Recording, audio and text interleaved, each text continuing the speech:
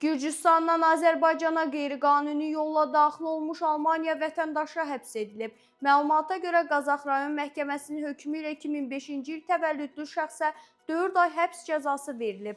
Məlum olub ki, Almaniya vətəndaşı olan macərapərəst gənc ötən ilin noyabrında Gürcüstandan qeyri-qanuni yolla Qazaxın kəndlərinin birinə keçib. Az sonra o sərhədçilər tərəfindən saxlanılıb. Barəsində Cinayət Məcəlləsinin 318-ci Azərbaycan Respublikasının dövlət sərhədini qanunsuz olaraq keçmə maddəsi ilə iş açılan vətəndaş ifadəsində bildirib ki, dünya ölkələrinə səyahət etməyi planlaşdırıbmış. 2005-ci ildə Almaniyanın Baltusen şəhərində anadan olmuşam. Mən işləmədiyim üçün tez-tez atamla aramızda mübahisələr olurdu. Sonuncu dəfə atam məndən işləmədiyim üçün evi tərk etməyimi istədi. Həm buna görə həm Türkiyə, Gürcüstan, Azərbaycan, Nepal və digər başqa ölkələri gəzmək, həm də Gürcüstanlı sevdiyim qızı görmək üçün avtobusa bilet alaraq Münhen şəhərindən Bolqarıstanın Sofiya şəhərinə getdim. Orada bir gün meşədə qaldıqdan sonra yolda tanımadığım yük avtomobilinə yaxınlaşıb məni Türkiyəyə aparmağını xahiş etdim. Daha sonra İstanbul-Tbilisi